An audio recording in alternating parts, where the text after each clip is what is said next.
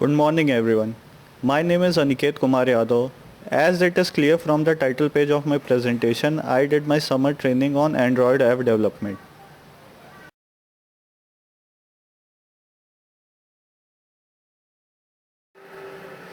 Mobile apps have become an important part of our life. They have conspicuously taken over every aspect of our life, from helping us to keep track of our schedule to keeping us thoroughly entertained, from helping us with our studies to making sure we don't sleep on an empty stomach. They do it all. Apps are basically categorized into three categories. Native apps, which runs on a particular OS such as Google Calendar. Hybrid apps, which can run on multiple OSs such as Evernote. And lastly, the web-based apps such as Dictionary app, which use HTML or JavaScript. App market is mostly dominated by Android.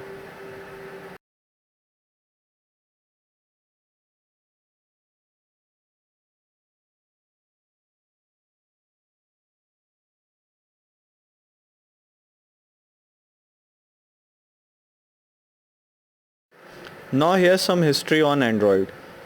Android was founded in 2003 by a group of four people: Andy Rubin, Rich Miner, Nick Sears, and Chris White. It was initially made to develop smarter mobile devices. Google acquired Android in 2005. Android is based on Linux kernel OS. It runs on 64-bit platform. Earlier it used to run on 32-bit platform.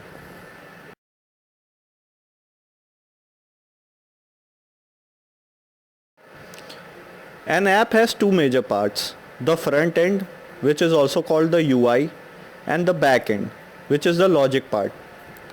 The front part is developed using XML, which stands for Extensible Markup Language. It is a meta language. While the back end is written with the help of various programming languages such as Kotlin, Java, C++, C, etc., using the software provided by Android called Software Development Kit.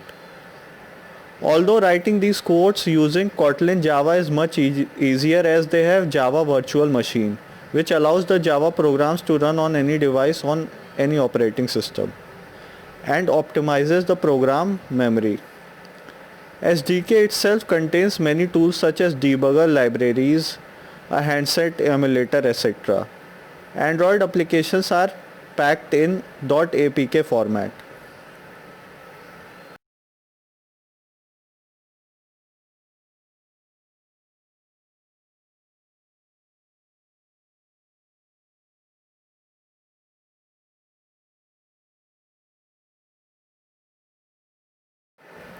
Android apps have many advantages over its rival, the website.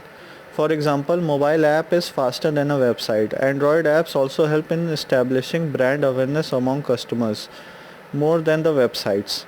Getting feedback on apps is much easier as compared to websites, as we have seen in case of beta testing programs that some apps carry out. They have their fair share of disadvantages also, but they are few and insignificant compared to the advantages. For example, they are really complex to make and takes a lot of time. They take up a lot of your phone's memory as well. The frequent updates are a headache if we don't have an unlimited broadband plan. Many of them run in the background, draining our battery. They are a great source of breach of our privacy, as they are prone to attacks from hackers and spammers. In the end, I would say that Android app development has become a lot easier. In the near future, it has a lot of scope, as every successful business requires an app nowadays. Improvement in AI in the future, I think, would make things much easier and would hurt the monopoly the current developers enjoy, although the good programmers would always flourish.